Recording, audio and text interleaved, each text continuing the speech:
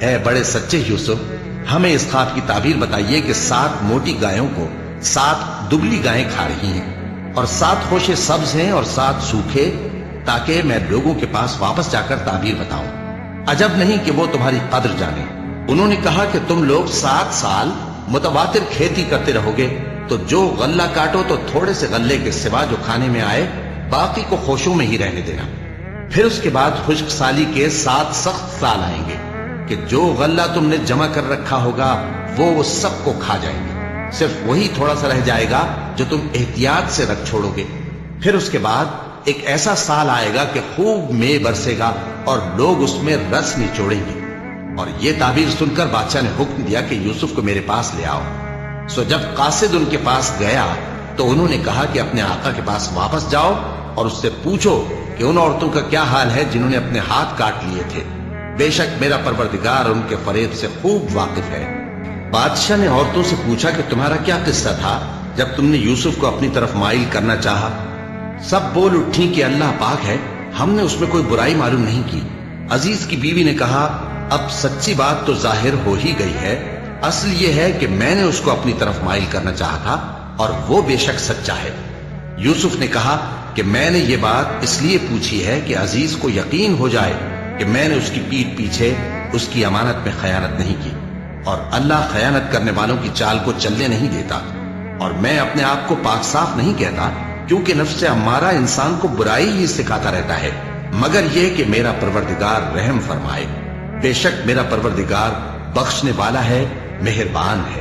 اور بادشاہ نے حکم دیا کہ اسے میرے پاس لاؤ، میں اسے اپنا مصاحب خاص بناؤں گا۔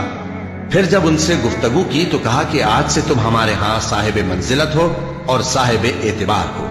یوسف نے کہا مجھے زرعی پیداوار پر مقرر کر دیجئے، کیونکہ میں حفاظت بھی کر سکتا ہوں اور اس کام سے واقف بھی ہوں۔ اس طرح ہم نے یوسف کو ملک مصر میں جگہ دی اور وہ اس ملک میں جہاں چاہتے تھے رہتے تھے۔ ہم اپنی رحمت جس پر چاہتے ہیں کرتے ہیں اور نیکوکاروں کے اجر کو ضائع نہیں کرتے، اور جو لوگ ایمان لائے اور ڈرتے رہے ان کے لیے آخرت کا اجر بہت بہتر ہے۔ اور یوسف کے بھائی کنعان سے مصر میں غلہ خریدنے کے لیے آئے تو یوسف کے پاس گئے، تو یوسف نے ان کو پہچان لیا اور وہ ان کو نہ پہچان سکے۔ اور جب یوسف نے ان کے لیے ان کا سامان تیار کر دیا تو کہا کہ پھر آنا تو جو باپ کی طرف سے تمہارا ایک اور بھائی ہے اسے بھی میرے پاس لیتے آنا۔ کیا تم نہیں دیکھتے کہ میں ناپ بھی پوری پوری دیتا ہوں اور مہمانداری بھی خوب کرتا ہوں؟ اب اگر تم اسے میرے پاس نہ لاؤ گے تو نہ تمہیں میرے ہاں سے غلہ ملے گا اور نہ تم میرے پاس ہی آ سکو گے۔ انہوں نے کہا کہ ہم اس کے بارے میں اس کے والد کو پھسلائیں گے اور ہم یہ کام کر کے رہیں گے۔ اور یوسف نے اپنے خدام سے کہا کہ ان کا سرمایہ یعنی غلے کی قیمت ان کے سامان میں رکھ دو۔ عجب نہیں کہ جب یہ اپنے اہل و عیال میں جائیں تو اسے پہچان لیں، اور عجب نہیں کہ یہ پھر یہاں آئے۔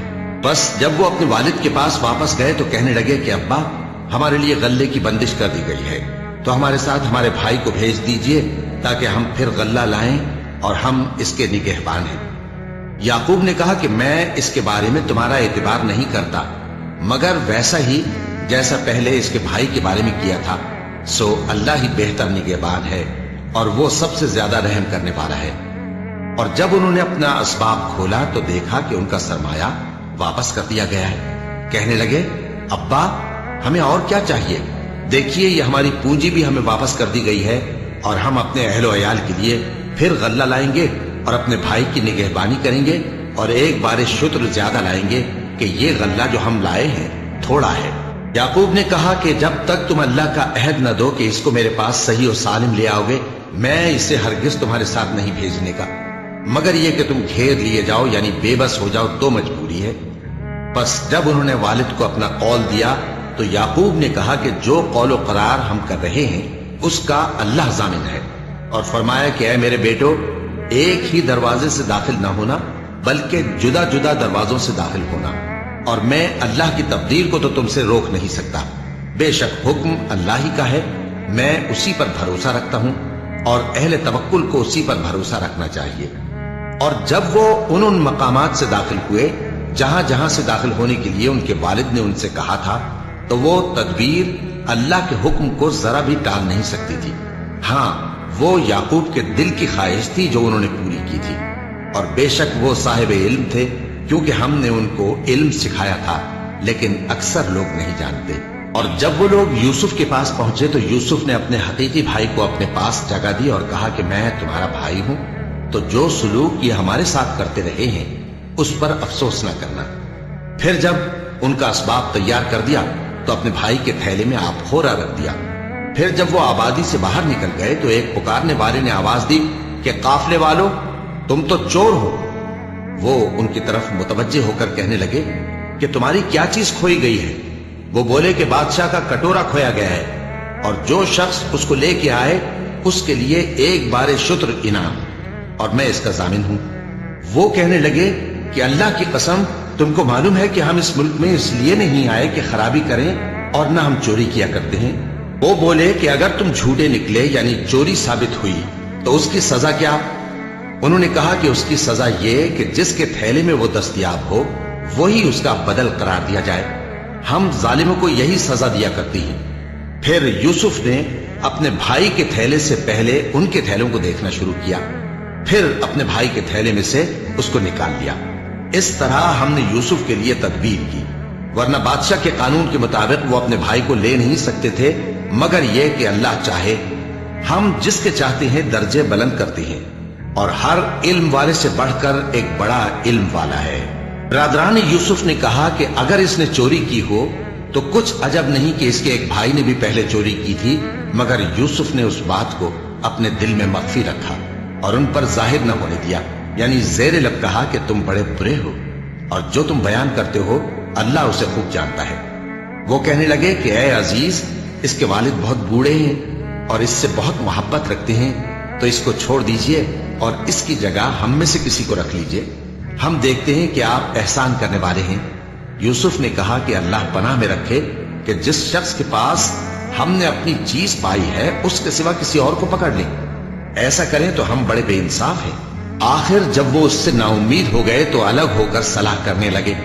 سب سے بڑے نے کہا، کیا تم نہیں جانتے کہ تمہارے والد نے تم سے اللہ کا عہد لیا ہے، اور اس سے پہلے بھی تم یوسف کے بارے میں قصور کر چکے ہو؟ تو جب تک والد صاحب مجھے اجازت نہ دیں میں تو اس جگہ سے ہلنے کا نہیں، یا اللہ میرے لیے کوئی فیصلہ کرے، اور وہ سب سے بہتر فیصلہ کرنے والا ہے۔ تم سب والد صاحب کے پاس واپس جاؤ اور کہو کہ ابا، آپ کے صاحبزادے نے وہاں جا کر چوری کی، اور ہم نے تو اپنی دانست کے مطابق آپ سے اس کے لے آنے کا عہد کیا تھا، مگر ہم غیب کی باتوں کے جاننے اور یاد رکھنے والے تو نہیں تھے، اور جس بستی میں ہم ٹھہرے تھے وہاں سے یعنی اہل مصر سے اور جس قافلے میں آئے ہیں اس سے دریافت کر لیجئے، اور ہم اس بیان میں بالکل سچے ہیں۔ جب انہوں نے یہ بات یعقوب سے آ کر کہی تو انہوں نے کہا کہ حقیقت یوں نہیں ہے، بلکہ یہ بات تم نے اپنے دل سے بنا لی ہے، تو صبر ہی بہتر ہے۔ عجب نہیں کہ اللہ ان سب کو میرے پاس لے آئے، بے شک وہ علم والا ہے، حکمت والا ہے۔ اور ان کے پاس سے چلے گئے اور کہنے لگے کہ ہائے افسوس یوسف پر، ہائے افسوس، اور رنج و الم میں ان کی آنکھیں سفید ہو گئیں اور ان کا دل غم سے بھر رہا تھا۔ بیٹے کہنے لگے کہ واللہ آپ تو یوسف کو اسی طرح یاد ہی کرتے رہیں گے یہاں تک کہ آپ گھل جائیں گے یا جان ہی دے دیں گے۔ انہوں نے کہا کہ میں تو اپنے غم و اندوہ کا اظہار اللہ سے کرتا ہوں، اور اللہ کی طرف سے وہ باتیں جانتا ہوں جو تم نہیں جانتے۔ اے بیٹو، یوں کرو کہ ایک دفعہ پھر جاؤ اور یوسف اور اس کے بھائی کو تلاش کرو، اور اللہ کی رحمت سے نا امید نہ ہونا کہ اللہ کی رحمت سے تو کافر لوگ ہی نا امید ہوا کرتے ہیں۔